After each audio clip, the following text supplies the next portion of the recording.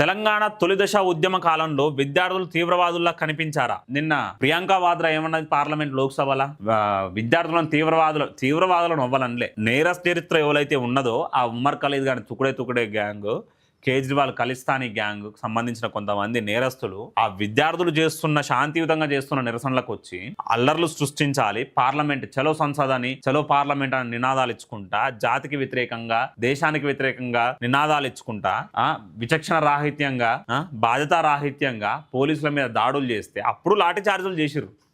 మీరుంటే ఫైరింగే జరిగేది, మీరు అధికారంలో ఉంటే అదే ఇన్సిడెంట్ జరిగితే ఫైరింగే జరిగేది.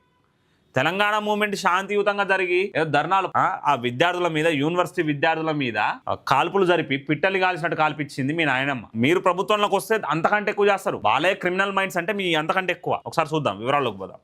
ప్రియాంక గాంధీకి కిషన్ రెడ్డి సూటి ప్రశ్న. దేశ రాజధానిలో విద్యార్థులపై పోలీసులు లాఠీచార్జ్ చేస్తే వాళ్ళు ఏమన్నా తీవ్రవాదులా అని ప్రియాంక వాద్రా మంగళవారం పార్లమెంట్ లో జరిగిన చర్చలో ప్రశ్నించడాన్ని కేంద్ర మంత్రి కిషన్ రెడ్డి తీవ్రంగా తప్పుపట్టారు. తెలంగాణ తొలిదశ ఉద్యమంలో అప్పటి కాంగ్రెస్ ప్రభుత్వం విద్యార్థులపై కాల్పులు జరిపి 369 మందిని పొట్టన పెట్టుకుంది. మరి వాళ్ళ ప్రాణాలు ఎట్ట తిరిగి వస్తాయి? ఆ కుటుంబాలు ఎంత నష్టపోయి ఉంటాయి? దానికి సమాధానం ఎవరు చెప్పాలి? 1984 లా తెలంగాణ ఉద్యమం టైంలో, తొలిదశ ఉద్యమం టైంలో 369 మందిని కాల్చి చంపారు. అప్పుడు మీకు ఉగ్రవాదులకు కనిపించారు ఆ విద్యార్థులు? తెలంగాణ రాష్ట్ర ప్రజలు దానికి వివరణ ఇవ్వాలి. స్వయాన యాదిరెడ్డి అనే వ్యక్తి పార్లమెంట్ ముందు తను నిప్పంటించుకొని చనిపోతే కూడా కనికరించలేదు సోనియా గాంధీ. ప్రియాంక గాంధీ అప్పటికి తెలివి ఉన్నది కదా, అప్పుడు మీరు ఎందుకు స్పందించలేదు? ఆ మానవతా దృక్పథం ఎందుకు కనిపించలేదు? ఈ రోజు పోలీసుల మీద రాళ్ల దాడి చేస్తుంటే నేరస్తుల పైన లాఠీ చార్జ్ చేసినందుకు మీ మనసు నొచ్చుకుంటుందే, మీ మనసు బాధ అవుతుందే?